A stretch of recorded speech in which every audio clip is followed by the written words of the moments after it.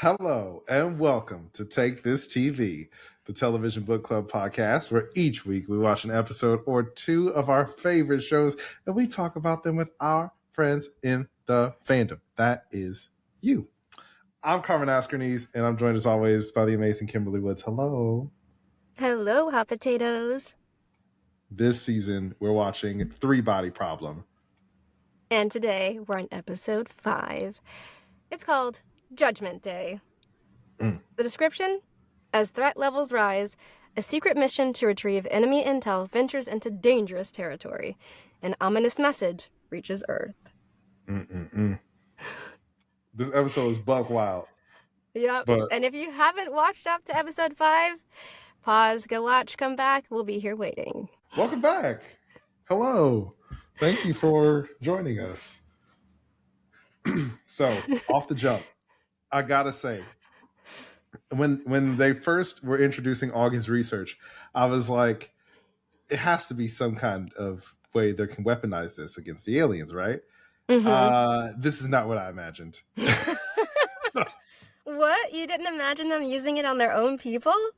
No, I did not imagine them essentially creating like this mesh that just freaking. You ever see that Resident Evil movie, the one with Mila Jovovich or whatever from like the 2000s, where like the laser grid just like cuts that guy in half and he falls into pieces like tuna? Like, ugh. What a horrible way to die. It was horrifying. I remember in the book being horrified, but it was mostly like an outside perspective. It was mostly pretty much like Augie's perspective in a way, like seeing the ship, but not getting Mike Evans inside the ship. So like this was even more like to be inside the ship while it was happening and to see it like start going through like the little paper dolls on the side and then like hit that lady. Oh, when he was talking to the lady. Oh yeah. Like, oh, I was like, oh, run. It's like, get flat. Well, it seemed like there was. God. It cut the whole ship. There were no survivors. Even little kids got murked, and I was like, dang. Well, hold on. And also, Carmen, like in the book, there's this conversation about, well, should we do it at night or during the day? Like maybe if people are sleeping, there might be a chance because they're like flat that they evade this like slicing. But you know, and then they decide like let's do it when people are up. Because it's like what is happening? So here, like clearly everybody's up, yeah. And it's just horrifying. Like these kids playing, the way that things are like breaking down and like catching on fire and like crumbling. It's just horrible. It's not a secret that Augie is my least favorite character. And there's that scene where she's talking to Commander Strongjaw, whatever his name is, the guy that's Jen's boyfriend. And Raj? Raj, Commander Strongjaw. So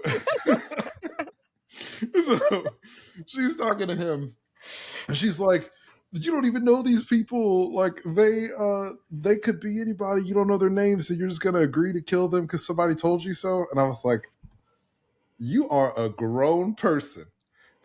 Not only a grown person, you were an executive at a corporation. Like, you have no idea how the world works. What do you think soldiers do? They kill people. That's their whole job, is to kill people. Like, what? Just because they dress it up when all the marketing and stuff about the army, like that's his whole gig, is to kill people. And so I was like, Augie, you're the dumbest smart person. You continue to be the dumbest smart person I know. But like, and even the like Onion Knight's character, he was like, he had a moment of pause talking about the kids, but then he was like, you know, everybody's got to go because they radicalize the kids and it's their parents' fault or something like that. He tried to justify it. But seeing it happen, I was like, oh, man, this is hardcore. This is absolutely really hardcore.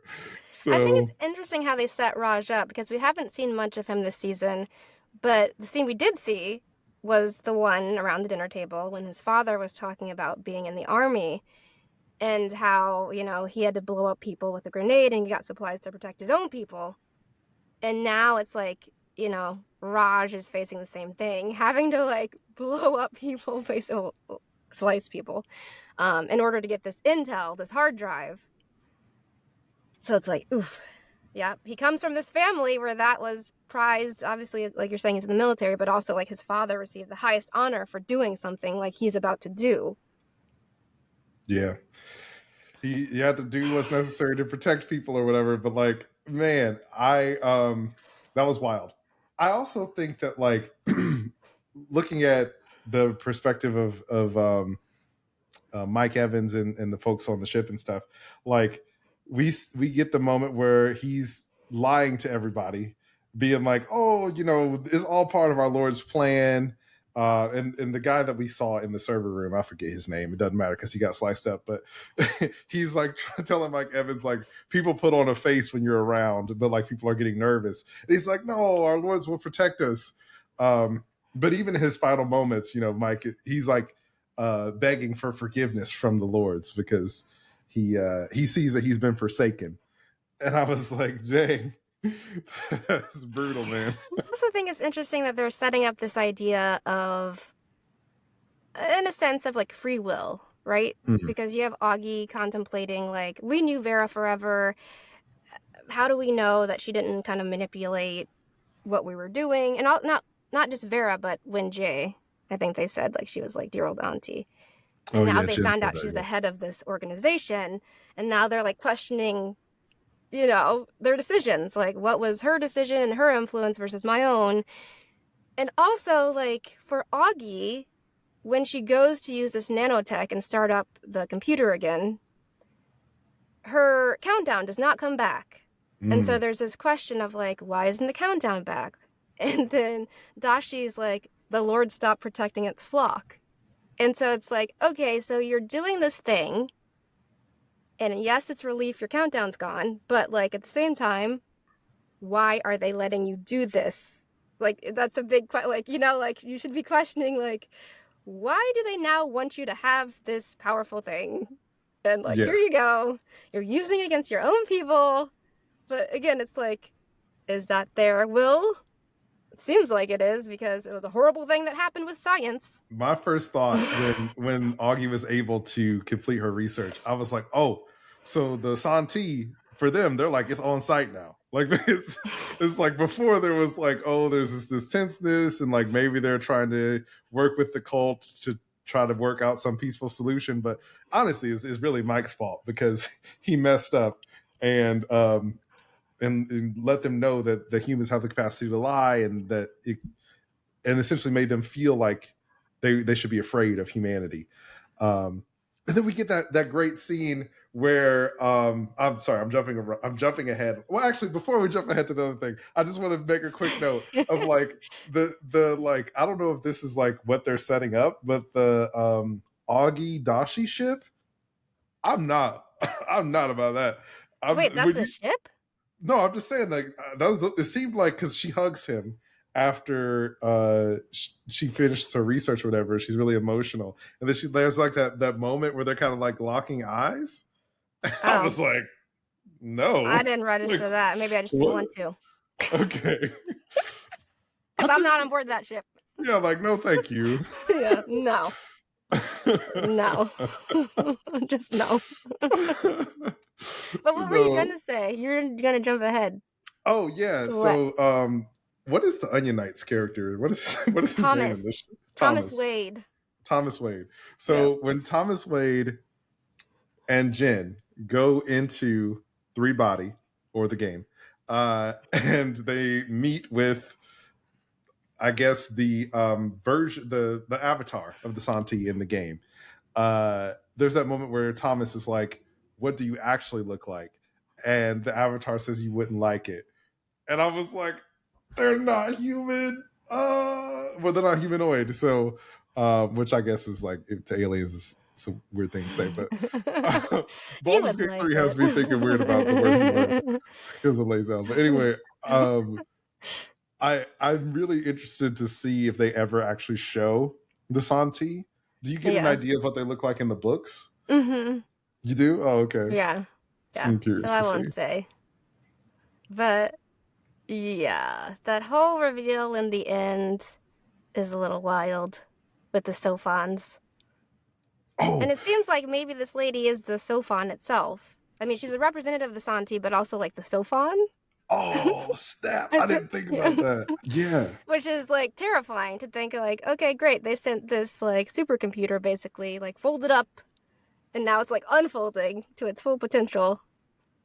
Like Oh to my me, that's gosh. even terrifying. Like, wait, what is happening? You like sent this thing that's super evolved here now, Santi? What? Aren't you Wait, because scared of like it? I'm you confused. pointed out a few episodes ago that her voice is the same voice that Mike was talking to. So Uh-huh. that means, oh, okay. So that, because that's how she was able to communicate instantaneously with Mike, because she is the Sofons. Oh man, I didn't put that together. I just, my mind is blown in real time. Um, that was absolutely wild. Essentially, it's like a computer, but it's also like a living organism, Mm-hmm. and it exists in a, because there's more than three dimensions. The Santi were saying. Yeah, it's like a proton that's been like folded in on itself Mm-hmm. over and over with multi dimensions, and then it can unfold to all its dimensions.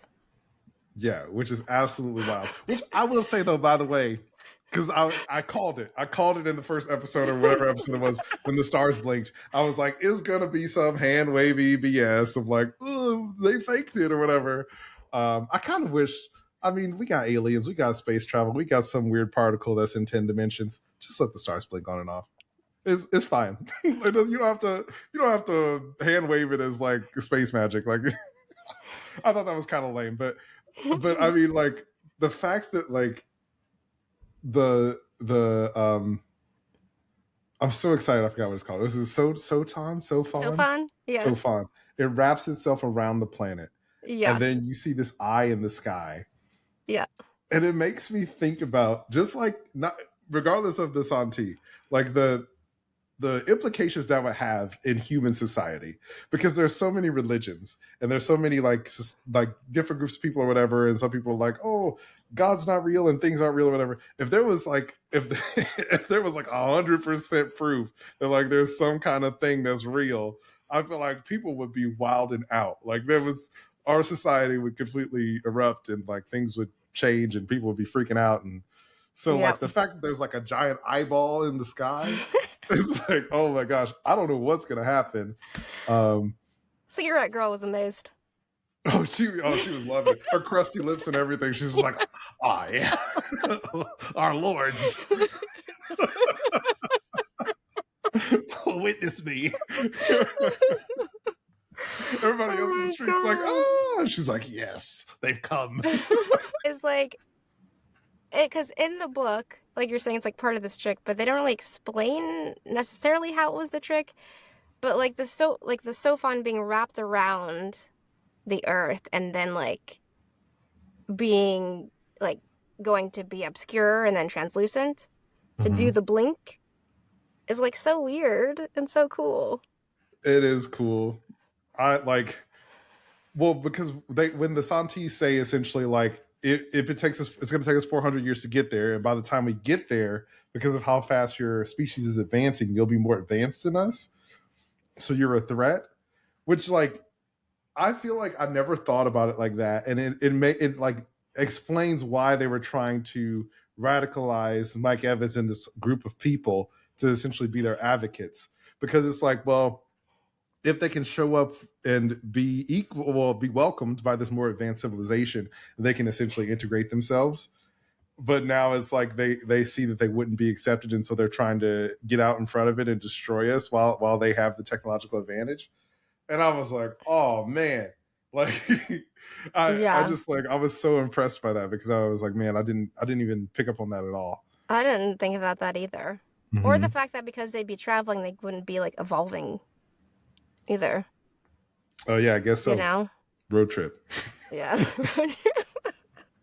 But then it also like it's like, okay, this explains like why they were able to see everything from the beginning as well. Also, it explains like why the science was already going bad.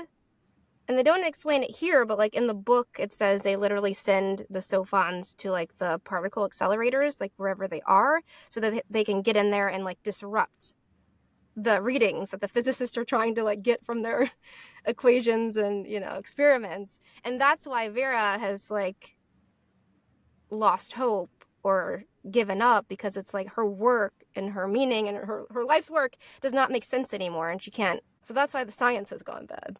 Mm-hmm.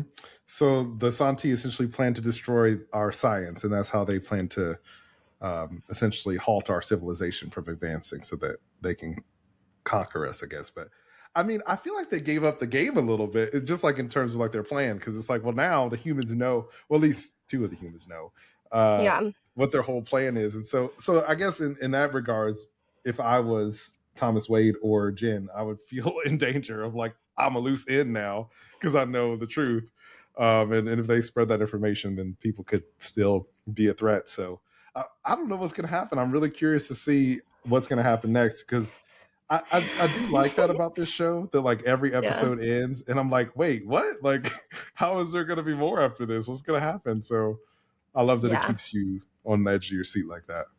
How do you think we'll win against this Santi or against these Sofans? I don't know. Because they might start being separate problems. I don't know.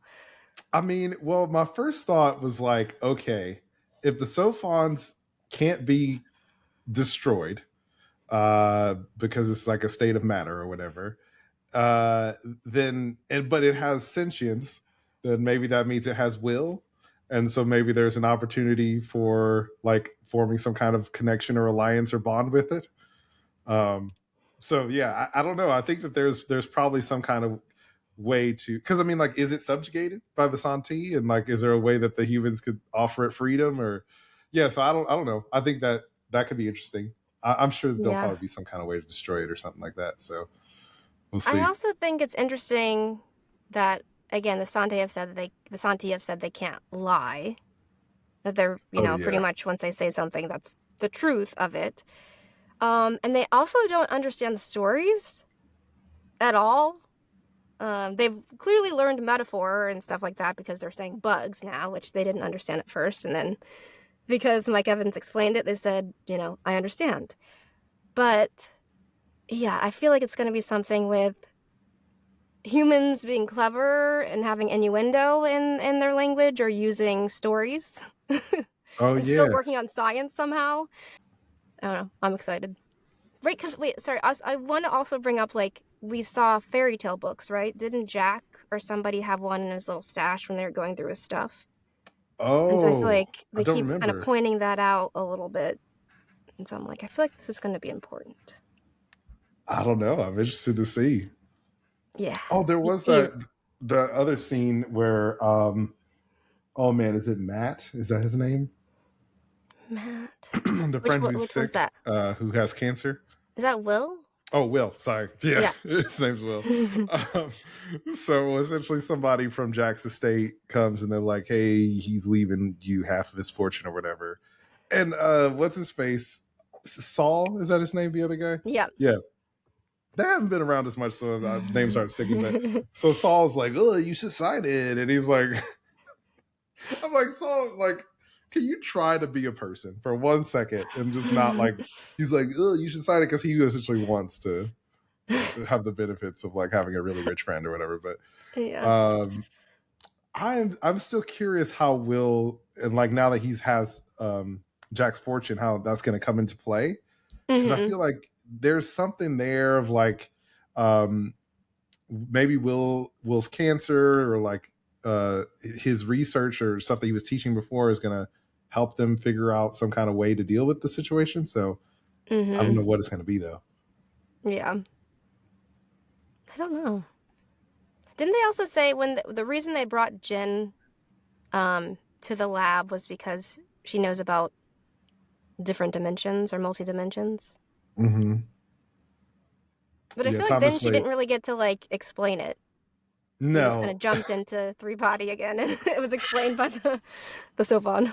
it felt like something that like it's like, oh, this is a thing from the book and we don't have time to explain it, so we're moving on. That's what it felt like. And I was just like, okay, whatever. Well, I can't wait to see what happens next. Thank you all so much for joining us. You can listen to us on Apple Podcasts, Spotify, or wherever you get your podcasts. Leave us a review, send us a comment. You can follow us on the socials at Take This TV on Instagram and TikTok. And remember, it's dangerous to watch TV alone.